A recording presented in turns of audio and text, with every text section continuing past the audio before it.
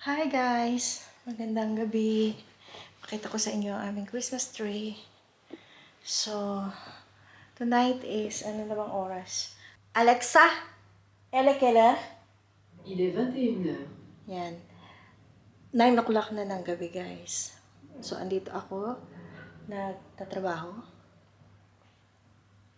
Nagtatrabaho tayo, nakaupo lang. No.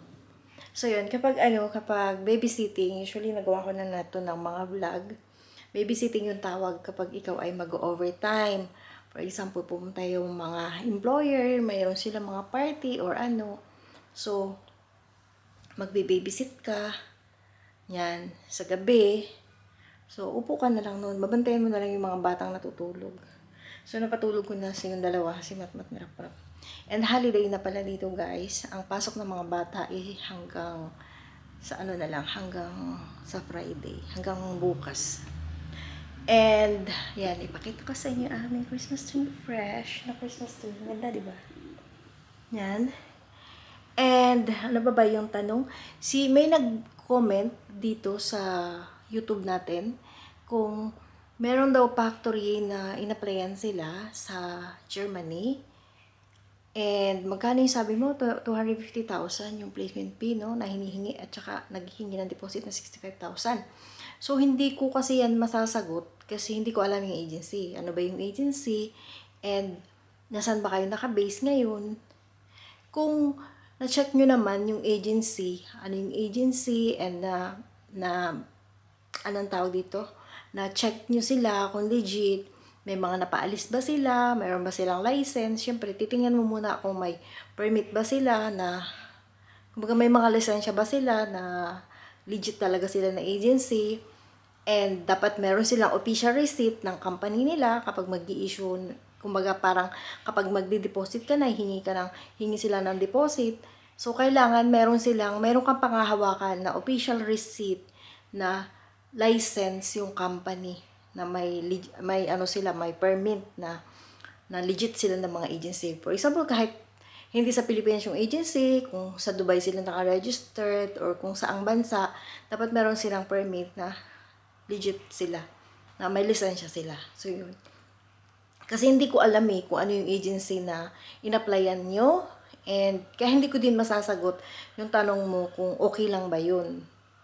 Diba? Kasi mahirap din kasi yung ng salita na yung mag-a-advise ako na hindi ko naman alam. Diba? Kasi yung mga ginagawa ko na vlog is about lang sa experience ko, kasi pag experience ko, tas experience ng mga kasama ko sa bahay, yung mga followers natin na dumating na dito, sinishare namin yung story namin, kung paano sila, yung journey nila. So, dun lang din ako kukuha ng basehan kung legit ba yung agency or hindi, di ba? So, yun, pero parang alam ko naman, meron din naman mga company sa Germany na nag-hire, ganun. So, yun lang, i-check mo lang siya ng mabuti kung may mga napaalis na. Kung may mga napaalis naman na, tapos nga legit siya, at least kung mayroon kang resibo na panghahawakan na nagbayad ka, maganda yun. Kasi if ever naman, pero wag naman sana, di ba? Kasi, syempre, ang naman natin, makaalis tayo, makatrabaho, kaya nga, tayo ay nag-a-apply, di ba? Na maging okay ang ating, ang ating application, makaalis, di ba? Kasi, malaking pera din yun na, 200,000, 250,000, 65,000, di ba? Malaking pera. So, yung agency ko pala, kasi ngayon nga, yung sa Poland, mahirap ang makakuha ng visa, sa totoo guys, this time. Mahirap ang makakuha ng visa. Kaya ina-advise ko, kung nandiyan ka sa Pilipinas, at meron ka na ma-experience as a factory workers, mas okay na sa Pilipinas ka mag-apply. Kasi, sa Pilipinas, yung mga agency, yung AVA, yung yung isa, maraming agency. Punta ka sa POA website or mag-search ka sa Facebook, kahit sa Facebook, ng mga agency na papunta ng Hungary, Czech Republic. At least doon, walang placement fee guys. So, wala kang babayaran. Kasi yung mga kasama ko sa bahay ngayon, sa Hungary sila galing. Nakapagtrabaho sila sa Hungary more than a year. And wala silang ginastos. Yung isa, mayroon siyang ginastos na 30, parang something 30,000 pesos, pero na-refund pa yun. Na-refund pa siya into Hungary, foreign money. In Hungary, Hungarian money. Parang ganun. And yung isa, si Ina yun, wala siyang, ano guys, wala siyang nagastos papunta doon sa Hungary. And then after that, 1 year sila doon, yung pumunta sila dito sa akin. Pumunta sila dito sa Paris pala. So, hindi pa sila sa akin unang pumunta. Meron silang mga tinirahan pa na ibang bahay bago sila napunta sa akin. Yun. Pero kung sa Pilipinas ka naman manggagaling at gusto mo ay madalian na process, hindi ko rin na kasi ina-advise yung guys kasi ang hirap. Yung magtutourist visa ka, tapos pagdating mo dito, magiging undocumented ka. Parang parang hindi ko na siya ina-advise. Mas okay pa din na pupunta ka dito na documented ka.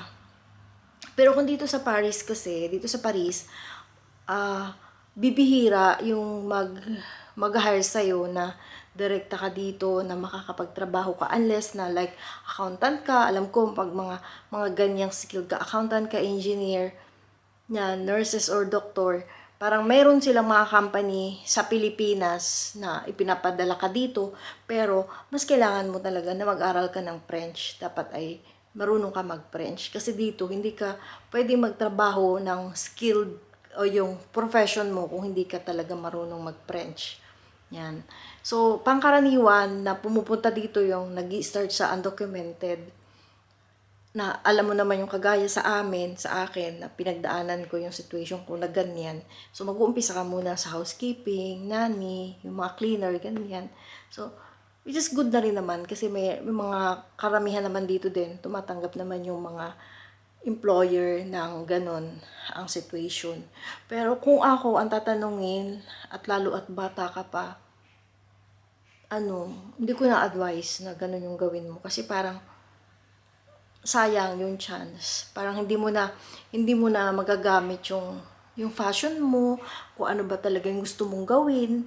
For example, like, you love teaching, hindi ka makakapag-teach dito, guys, kapag kapag ikaw ay pumunta at undocumented ka, kasi kailangan mo na mag-aral ka ng French. So, yun medyo talaga yan mahirap. Pero, kung decided ka naman, it depends sa'yo pa din kung gusto mo naman yung ganun, so, ikaw pa din yung magdidesisyon.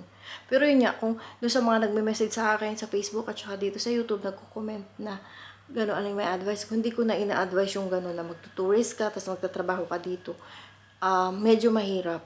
Oo, lalo sa sitwasyon dito ngayon, hindi siya gano'n kadali kumpara nung panahon na way back 5 years ago, na medyo madali pa yung situation, na madali makakuha ng trabaho, and ganyan. Ngayon medyo pahirapan. Yan. And, yan, kung ikaw ay nandyan sa Hungary o Czech Republic, kung ano ba yung bansa na na stable ka naman na, kung may trabaho ka, kumikita ka ng 80,000 ganyan, na neto mo na, okay na yun. Kasi parang ganun din yan dito. Kasi dito, susweldo ka, for example, ng 2,000 euros or 2,500 euros. Ano na yan? Grabe na yan ang overtime mo, di ba? So, around 100,000 plus yun. So, magbabayad ka naman sa bahay. Magkano din yung bahay, di ba? Kung mag-room sharing ka, 300. Tapos pagkain mo pa, makakaneto ka din dyan ng mga around 80 siguro, 80, 90 euros. Half, almost ng salary mo din yung money net mo, ganyan. Tapos, undocumented ka pa. Di ba? Yun yung disadvantage.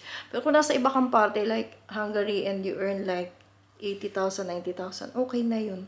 Kaysa sa magiging undocumented ka.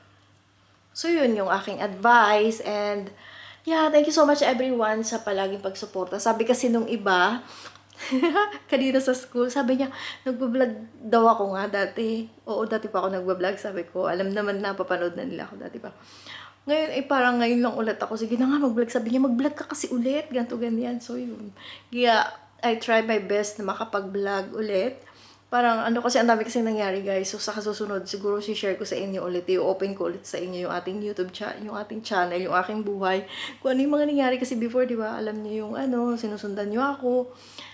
nakafollow kayo, pinapanood nyo, sinusundan nyo kung ano yung nangyari sa akin. Kaya ang dami ditong nakarating, di ba? Ang dami ditong nakarating na mga galing Hong Kong, Taiwan.